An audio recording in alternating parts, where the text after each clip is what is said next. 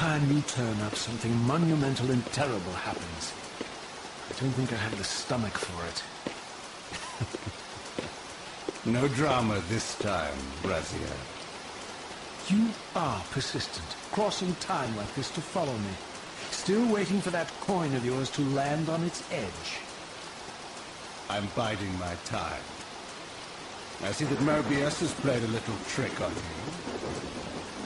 Yes. He clearly doesn't want me to meet this Janos Ordrin. Perhaps.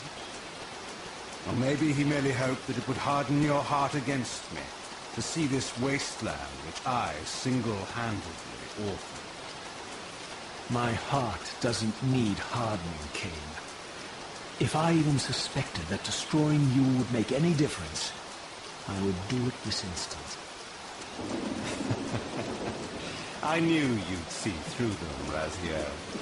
Janos is indeed the key to your destiny, but you'll need to find your own way back into Nosgoth's path. Make no mistake, though, Raziel.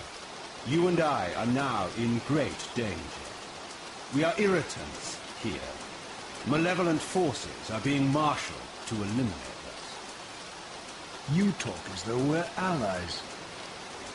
Regardless of your sentiments, Raziel, in their eyes, we are. Well, they're certainly trying to eliminate you, Kain. There can be no doubt of that. I am assaulted relentlessly with demands for your demise. Whatever it is that you're plotting, they're scared to death of you. As for me, I suspect they made a grave error when they allowed my unique resurrection. I don't think they know how to destroy me. You mustn't underestimate them, Raziel. And who exactly is this diabolical they to which we keep referring? If there's some grand conspiracy going on, the right hand doesn't appear to know what the left is doing. Even Mobius seems to be caught out at every turn.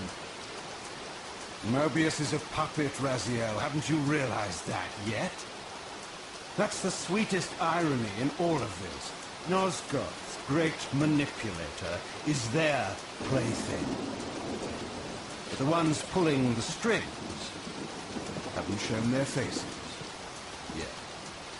They don't like us unwriting their carefully choreographed history, though, do they? You must understand, Raziel, we haven't unwritten history, we've merely rewritten it. The future flows around our petty actions, finding the path of least resistance, while admitting only the slightest alterations. This is the reshuffling you felt when you refused to kill me. And remember, Raziel, we are irritants in this regard as well. History will not allow the introduction of a paradox.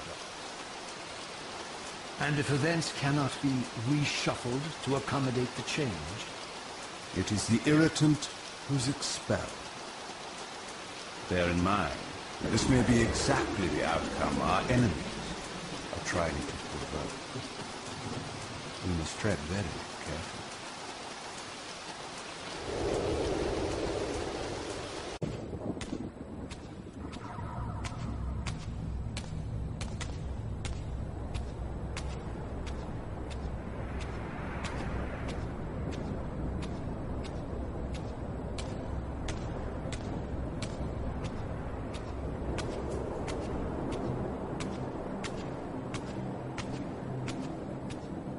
The scenes I discovered here were unambiguous. This race of winged beings, the architects of the pillars and the creators of the Reaver, were Nosgoth's first vampires. Their bloodthirst appeared to be a curse, inflicted upon them by their vanquished enemies. These images confirmed the truths that Kain had divulged to me, but I had been too incredulous to accept. I struggled in vain to see how the pieces fit together. How Kain intended to escape the dilemma of his destiny, and what role he had plotted for me, and why Mobius and the dark powers with which he seemed to be allied were so desperate to see Kain dead, and so intent on me being the instrument of his execution.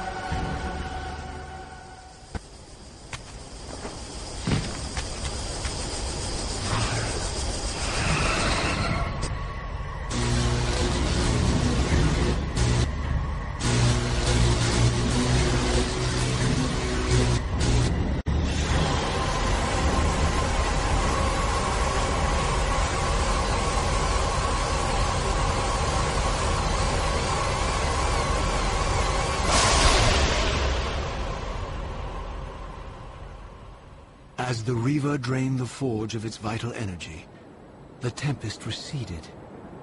I recovered myself and paused to admire my newly forged weapon, now imbued with the elemental power of air. Thus armed, I hoped that I now finally possessed the means to escape this wasted land.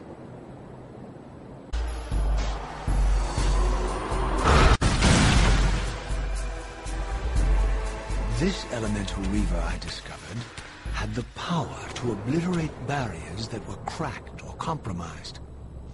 At last, I had the means to open that ruined time-streaming chamber I discovered so long ago in the swamp.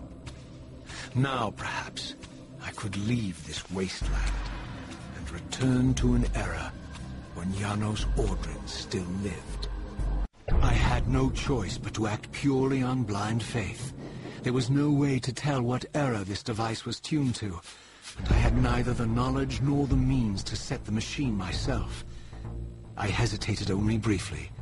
Then, throwing the switch, I hurled myself into oblivion and relinquished my will to the hand of fate.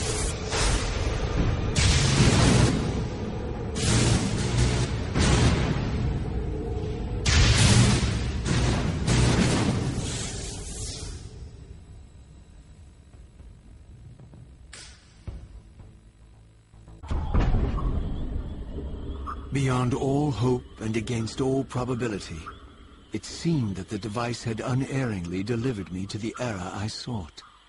For these were Sarafan banners, and these vampires apparently the victims of their crusade. The coincidence seemed too convenient to naively ascribe to fate.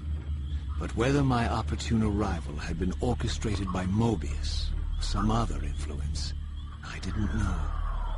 If Janos Ordrin still lived, I would find him. But I was wary of further deception, and resolved to tread carefully. For all the butchery of Mobius's crusade, this massacre was somehow more chilling.